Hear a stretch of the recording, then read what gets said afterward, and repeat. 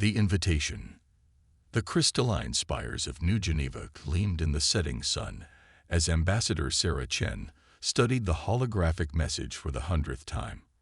The Galactic Concordat's invitation to Earth seemed perfect, too perfect. After 2 centuries of ignoring humanity's attempts at contact, their sudden interest set off every warning bell in her diplomatic instincts. "Play it again, HFY," she commanded her eye assistant. The hologram flickered to life, showing High Speaker Zaxalian's imposing figure. His iridescent scales caught the light as he spoke, mandibles moving in what their xenologists claimed was a gesture of peaceful intent. "People of Earth, the Galactic Concordat extends its hand in fellowship. Your species has shown remarkable progress, and we believe the time has come to welcome you into our ancient alliance. We offer knowledge, technology, and protection. All we ask is peaceful cooperation and mutual respect." Sarah muted the recording, her dark eyes narrowing. 25 years in the diplomatic course had taught her that nothing came without a price, especially not from a civilization that had watched humanity struggle through its early space age without so much as a greeting. HFY. Compile all known Concordat first contact protocols with other species over the last millennium. Processing, Ambassador, the AI responded. Warning. Data is limited due to Concordat information restrictions. Show me what you have. The office wall transformed into a massive display, showing the timeline of the Concordat's expansion. Sarah's breath caught as patterns emerged. Every civilization they'd welcomed had followed a similar path. Initial prosperity, followed by gradual resource depletion and economic dependence on the Concordat. The door chimed, interrupting her analysis. "Enter," she called, not taking her eyes off the display. Admiral James Harrison strode in, his weathered face grave. "You've seen it too, haven't you?" he asked, gesturing at the timeline. Sarah nodded. "They're not looking for allies. They're looking for vassals. The Security Council meets in an hour. What's your recommendation?" Sarah stood, smoothing her formal diplomatic uniform. "We accept their invitation." Harrison's eyebrows shot up. "You can't be serious." A slight smile played at the corners of her mouth. "Oh, I'm very serious. But we accept on our terms, not theirs. And while we're smiling and negotiating, we prepare." Prepare for what? For the moment, they realize humanity isn't as naive as they think. She turned to the window, watching as ships from a dozen Earth nations moved through the atmosphere like silverfish. "We've spent 2 centuries being ignored by the galactic community, Admiral. 2 centuries building our strength, developing our technology, and most importantly, learning to stand united." Harrison moved to stand beside her. "The Concordat's fleet is vast. If this goes wrong, it's going to go wrong." Sarah interrupted. "But that's exactly what we're counting on. They expect us to either reject their offer and remain isolated, or accept it and slowly submit to their control. They don't expect us to have a third option." She activated her secure comm unit, connecting to the highest levels of Earth's government. "This is Ambassador Chen. Implement Protocol Trojan Horse. Authorization Chen Alpha 79 Delta." Across the planet and throughout the solar system, hidden facilities hummed to life. In asteroid bases and underground bunkers, ships that officially didn't exist began powering up their systems. 2 centuries of paranoid preparation were about to pay off. "Send our response to the Concordat," she ordered HFY. "Tell them Earth is honored by their invitation and requests a formal delegation to discuss terms of admission." As the message transmitted across light years, Sarah turned to Harrison. "Admiral, how long until the 7th Fleet can be ready?" "The official 7th Fleet. 2 weeks. The real one. It's been ready for years." Sarah nodded, satisfaction evident in her expression. "Good, because we're about to teach the Concordat a lesson about underestimating humanity. They think we're going to be grateful for their table scraps. Instead, we're going to show them what happens when you try to cage a species that spent its entire history preparing for this moment." The sun finally set over New Geneva, casting the room in shadows. In the darkness, Sarah Chen smiled, knowing that across the vast expanse of space, the Concordat was about to learn that humanity had never been alone by circumstance. They had been alone by choice, using their isolation to prepare for exactly this moment. The game was about to begin, and Earth was playing for keeps. Hidden agenda. The Concordat's diplomatic vessel emerged from hyperspace with all the subtlety of a peacock's display. Its crystalline hull caught Earth's sunlight, fracturing it into 1,000 rainbow patterns, a calculated show of technological superiority that made Sarah Chen suppress a smile. In her experience, those who needed to showcase their power usually feared losing it. From her position aboard the EDS Artemis, Earth's premier diplomatic vessel, Sarah watched the alien ships approach. Behind her, a dozen of Earth's finest analysts monitored every emission, every energy signature, and every communication from the Concordat vessel. They weren't about to miss any detail, no matter how small. Ambassador, Lieutenant Maya Patel called from her station. We're detecting significant scanning activity from their ship. They're probing far deeper than diplomatic protocols allow. Sarah nodded, unsurprised. Let them look. They'll only see what we want them to see. Earth had spent decades perfecting its deception technologies. The Concordat's scans would reveal an Earth that appeared technologically impressive enough to interest them, but not advanced enough to threaten them. The main view screen flickered to life, revealing High Speaker Zaxxalian in all his alien glory. His iridescent scales seemed to ripple with barely contained excitement. Ambassador Chen, we are honored to meet humanity's representative in person. The honor is ours, High Speaker, Sarah replied, bowing precisely the amount their cultural briefings had indicated, not an inch more or less. Earth awaits the opportunity to learn from the Concordat's vast experience. As the formal greetings continued, Sarah's neural implant buzzed with encrypted updates from Earth's intelligence network. In the shadow of Saturn, hidden sensors were tracking 3 cloaked Concordat vessels, conducting detailed surveys of the solar system. Near Mars, their probes were analyzing human mining operations. They were mapping everything: resources, defenses, infrastructure. The High Speaker's voice brought her attention back to the conversation. We have prepared a detailed proposal for Earth's integration into the Concordat. Our analysts suggest a 10-year transition period, during which we would establish permanent advisory positions in your major governmental institutions. Advisory positions. Sarah kept her tone curious, interested. Inside, she was counting the red flags. Merely to help smooth the transition, Zaxxalian's mandibles clicked in what their xenologists had identified as a gesture of reassurance. We would also need to establish several military bases, for your protection, of course. A galaxy can be a dangerous place for emerging civilizations. Sarah's neural implant buzzed again. The hidden sensors had detected quantum communication bursts between the Concordat's cloaked ships. They were coordinating something. That's a generous offer, High Speaker, she said, buying time as her analysts decoded the transmissions. Though I admit, the speed of the proposed integration concerns me. Surely a more gradual approach. Ambassador, Zaxxalian interrupted, his tone shifting subtly. You must understand that the Concordat's protection is contingent on full compliance with our integration protocols. Recent events have made the galaxy unstable. We would hate to see Earth left vulnerable. There it was, the threat wrapped in concern, the velvet glove over the iron fist. Sarah's implant delivered the decoded transmission. The Concordat ships were mapping strategic strike points across Earth's infrastructure. They were preparing for military action if diplomacy failed. I understand completely, Sarah said, allowing a hint of relief to color her tone. Earth would never want to appear ungrateful.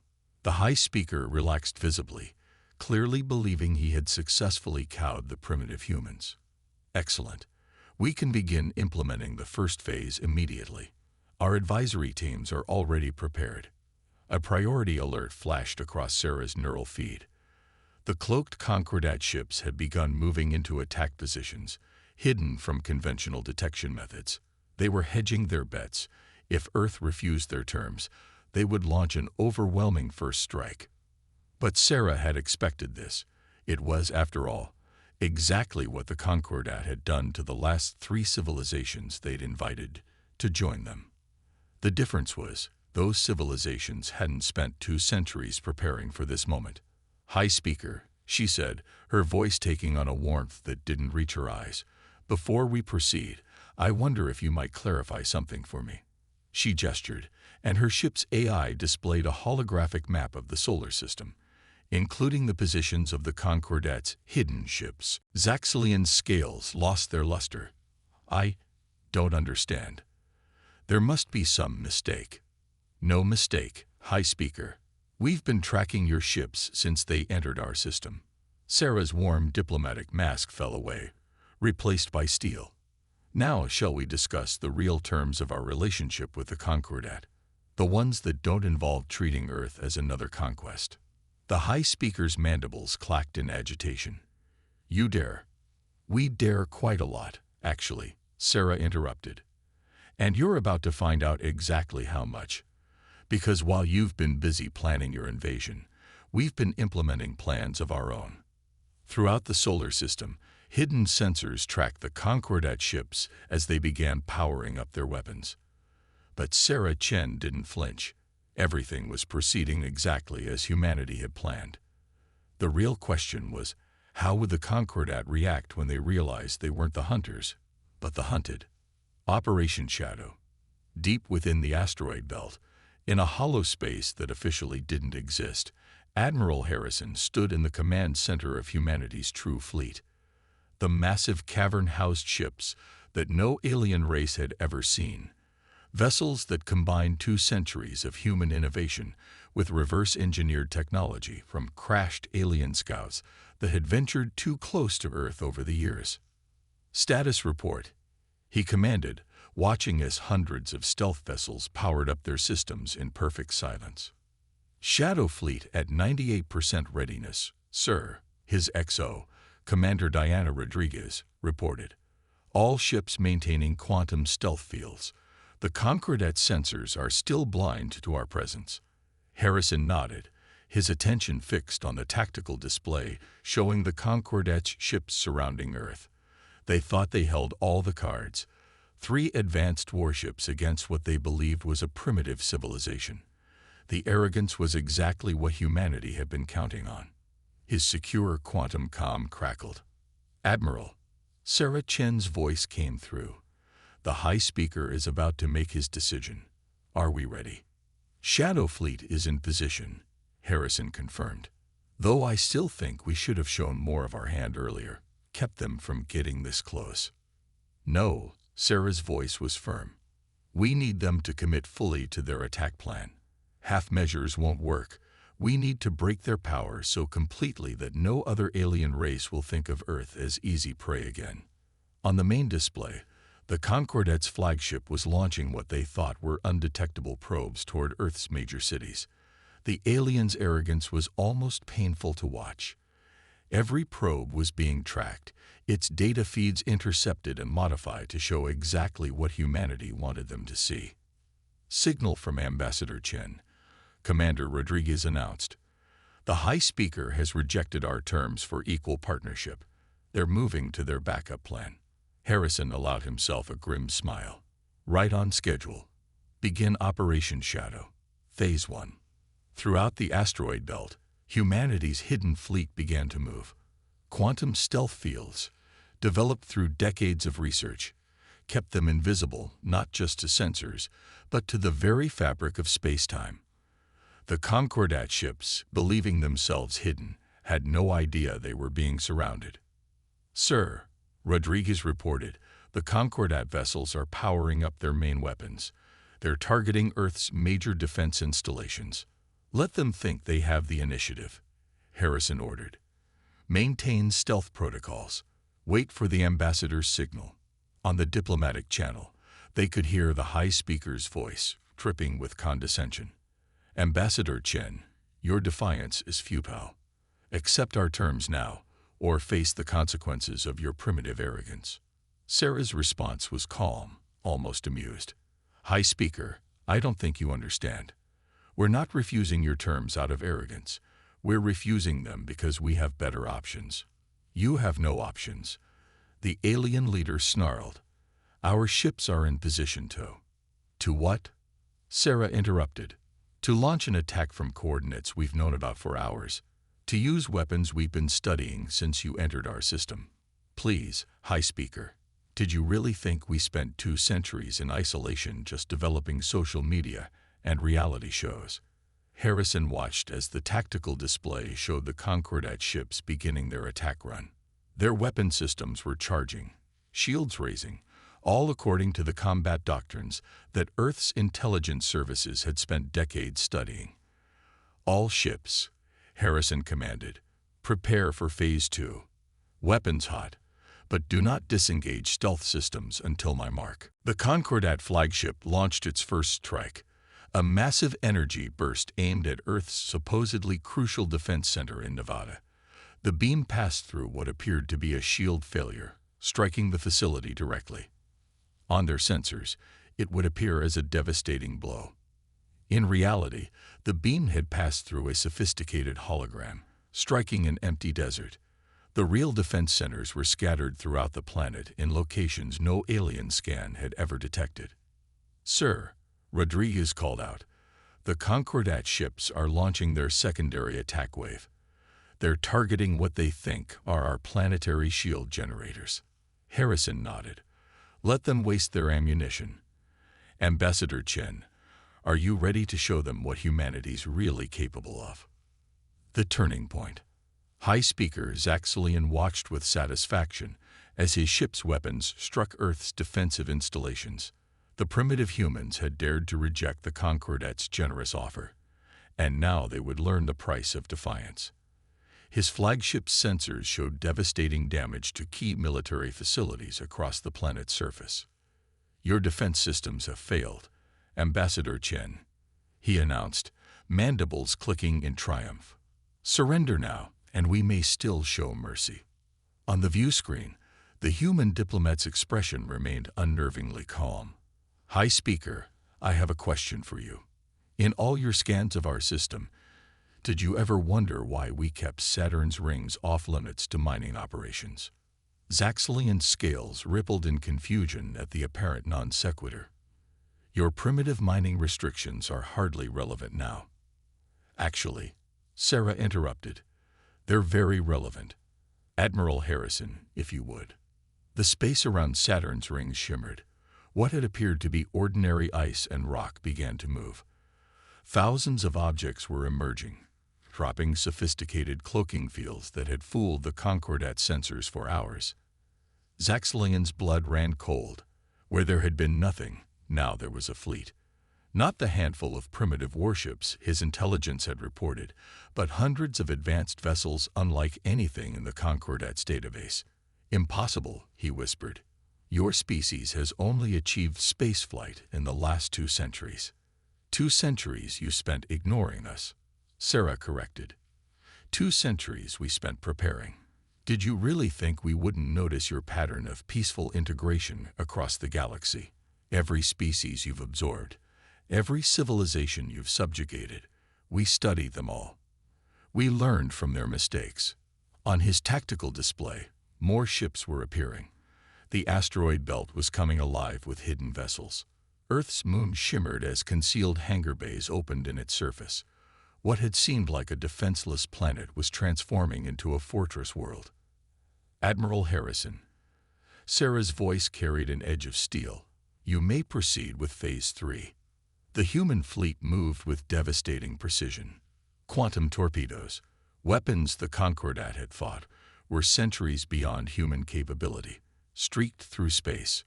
They struck not the obvious targets, but precisely calculated weak points in the Concordat ship's defenses that only decades of careful study could have revealed. How? Zaxxalian demanded as his flagship's shields buckled under the assault. How could you have developed all this in secret? We had help, Sarah admitted. Every scout ship you sent to study us, every probe that crashed in our territory. We learned from them all, but mostly, we had motivation. You see, High Speaker, humanity has a long history of preparing for worst-case scenarios. When we looked to the stars, we hoped for friends but prepared for conquerors.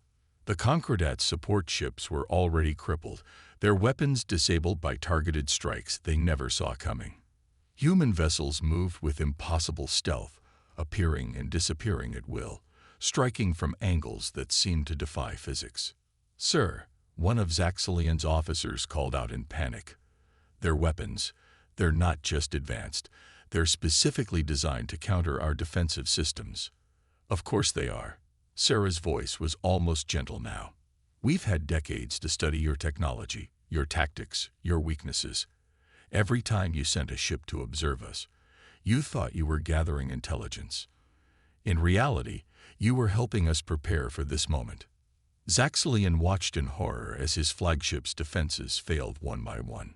Not through overwhelming force, but through precise, surgical strikes that spoke of intimate knowledge of his ship's systems.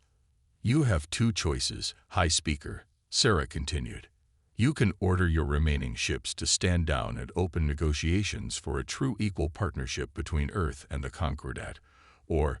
She let the alternative hang in the air. Around his flagship, Earth's fleet had finished neutralizing the Concordat's support vessels. Hundreds of human ships now hung in space, weapons primed, their true capabilities still largely unknown.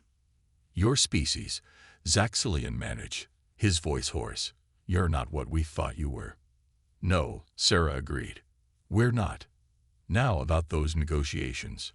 In the silence that followed, as the High Speaker stared at his shattered fleet, a fundamental truth became clear.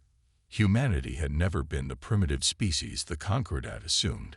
They had been a sleeping giant, carefully preparing for this exact moment.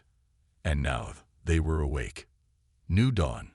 1 month after the confrontation in Earth's solar system, Sarah Chen stood before the Galactic Concordat's Great Assembly. The massive chamber, designed to humble visitors with its scale and grandeur, now held a very different atmosphere.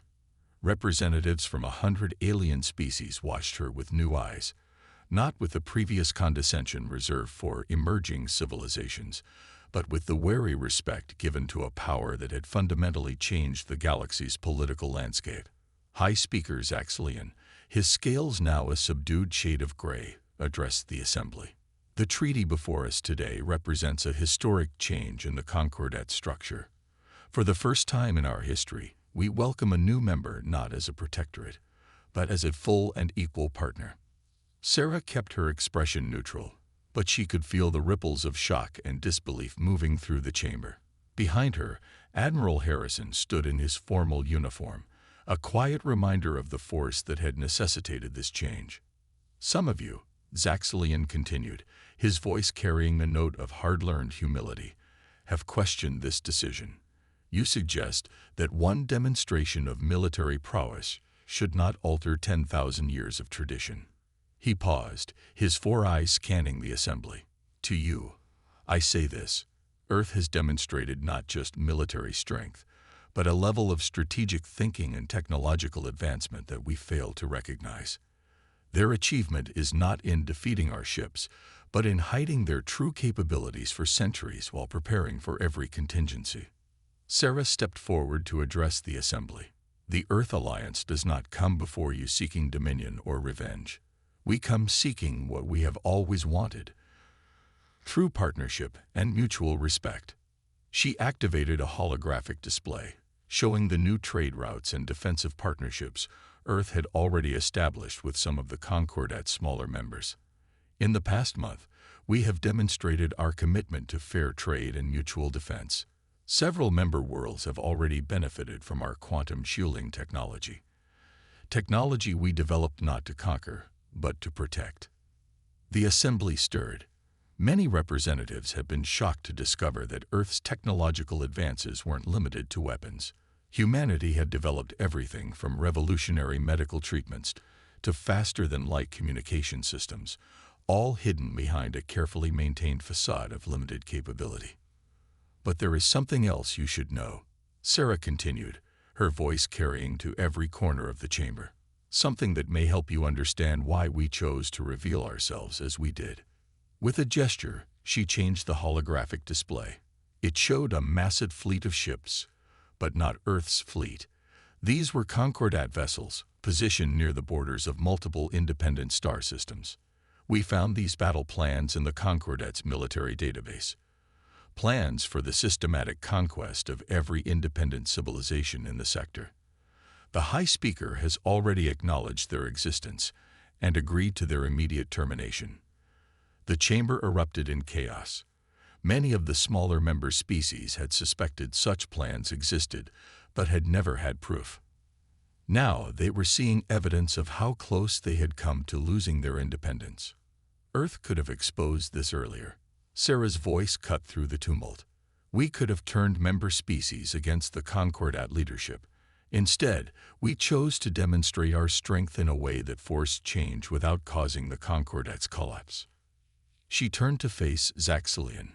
Because despite its flaws, the Concordat has brought stability to much of the galaxy. It doesn't need to be destroyed.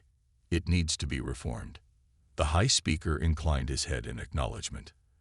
And that reform begins today. The treaty before us not only welcomes Earth as an equal partner, but restructures the Concordat itself. No longer will we be an empire in all but name. We will become what we should have been from the beginning. A true alliance of equals. As the Assembly began their deliberations on the treaty, Sarah received a private message from Admiral Harrison. Shadow Fleet reports all Concordat battle groups are standing down. The old guard is accepting reality. Sarah allowed herself a small smile. Humanity had achieved what had once seemed impossible, forcing change not through conquest or submission, but through careful planning and the wisdom to know when to show strength and when to show mercy.